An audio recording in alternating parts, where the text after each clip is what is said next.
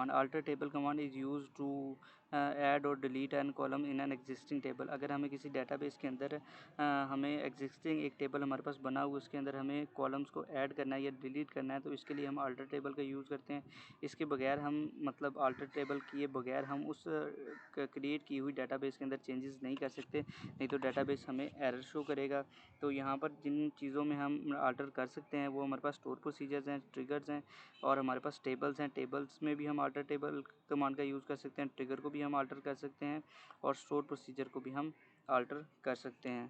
तो यहाँ से अब एक मैंने डमी यहाँ पर डेटाबेस बना रखी है, यहाँ पर इसको मैं यहाँ से ख़त्म कर देता हूँ।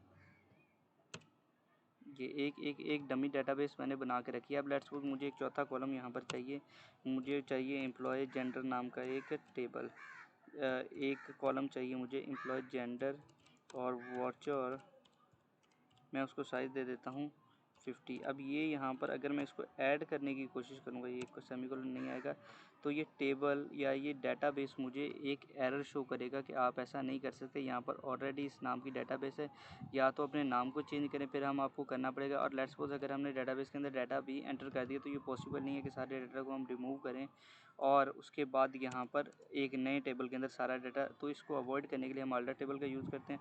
अब लेट्स सपोज मुझे यहाँ से ऐड करना है, तो लेट्स सपोज यहाँ पर कमांड में लिखूँगा अल्टर टेबल और टेबल के बाद टेबल का नाम तो ये हमारे पास ये है, तो इसको मैं कॉपी कर देता हूँ। तो अल्टर टेबल के बाद यहाँ पर टेबल का नाम अल्टर टेबल और यहाँ पर ऐड करने के बाद आगे, तो यहाँ पर ऐड करने के बाद ऐड आगे मुझे जिस कॉलम का नाम चाहिए, मुझे लेट्स सपोज चाहिए यहाँ से एम्प्लॉय जेंडर नाम का एक मुझे कॉलम चाहिए और उसका साइज़ भी आगे मैं 50 वाचर भी यहाँ पर लिखना पड़ेगा 50, वो मैं यहाँ से वाचर 50 उसका साइज़ में दे दिए, यहाँ पर मैंने दे दिया और यहाँ से ये बंद। अब मैं इसको चलाऊँगा और दोबारा जब मैं डेटाबेस को दोबारा अपने ये टेबल को देखूँगा तो उसके अंदर एक चौथा यहाँ पर कॉलम मेरे पास आ चुका होगा, जो होगा हमारे पास, ये देखें। तो बिना यहाँ पर कुछ चेंजेस किए, बिना किसी डाटा को लूज़ किए, यहाँ पर एक कॉलम को मैंने ऐड किया, ऐड कर दिया। अब बेसिकली यहाँ से बारी बारी आप अपडेट के थ्रू या किसी और मतलब कमांड के थ्रू, ऐड कमांड के थ्रू या किसी और कमांड के थ्रू आप यहाँ पर डाटा एंटर कर सकते हैं। यहाँ पर एक बेसिकली हम डाटा को एंटर इसलिए नहीं किया क्योंकि हम कॉलम्स को देख रहे थे, यहाँ पर हम डाटा को नहीं देख रहे थे। अब लेट्स सपोज यहाँ से मुझे किसी रिकॉर्ड को डिलीट करना है, तो वो मैं कैसे करूँगा, तो यहाँ पर उसके लिए मैं यहाँ से डिलीट का कीवर्ड अल्टर टेबल बताऊँगा। अल्टर का मतलब बेसिकली कि टेबल में मुझे चेंज करना है, अल्टर का मतलब ये है अल्टर टेबल और उसके बाद टेबल का नाम। तो टेबल का नाम पहले से हमारे पास कॉपी था तो मैं उसको यहाँ पर पेस्ट कर देता हूँ।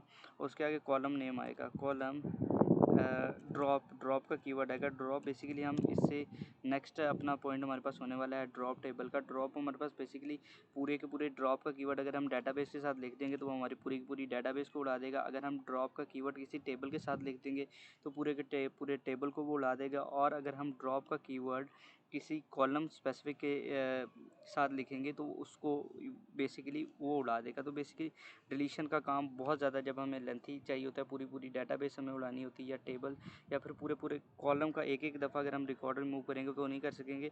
तो इस ड्रॉप के कीवर्ड से हमें फ़ायदा हो जाता है। तो यहाँ से कॉलम आगे मैं लिखूँगा, कॉलम लिख दूँगा और कॉलम अब है कौन सा, वो है यहाँ से एम्प्लॉय जेंडर नाम से। तो अब मैं इसको अगर चला कर देखूँ तो देखते हैं क्या ये डिलीट होता है यहाँ से कि नहीं होता। तो कमांड रन सक्सेसफुली। और अब मैं इसको अगर चलाऊँगा तो यहाँ से ये हमारे पास अब 3 कॉलम रह गए, वो हमारे पास कॉलम डिलीट हो चुके हैं। तो इस तरीके से हम अल्टर कमांड का यूज़ करते हैं और इसके थ्रू हम अपनी टेबल के अंदर हमें अगर कोई स्पेसिफिक कोई हमसे चीज़ मिस हो गई है, कोई कॉलम हमसे मिस हो गया तो उसको हम ऐड कर सकते हैं। कोई अगर हमने एक्स्ट्रा कॉलम डाल दिया उसके अंदर और उसका हमने डाटा भी काफ़ी ज़्यादा एंटर कर दिया है तो यहाँ से हम उसको डिलीट नहीं कर सकते, वो यहाँ पर तो रहेगा, यहाँ से हम उसको छेड़ नहीं सकते। तो बेसिकली अगर हम नीचे ये ड्रॉप की अल्टर की कमांड्स का यूज़ करेंगे तो यहाँ से बिना उस टेबल में छेड़छाड़ किए पूरे टेबल के अंदर हम किसी भी टेबल, बेशक इनमें अगर रिकॉर्ड भी होता तो दरमियान से इनमें से वो रिकॉर्ड एक ख़त्म हो जाता और पूरे टेबल के अंदर कोई फ़र्क नहीं पड़ता।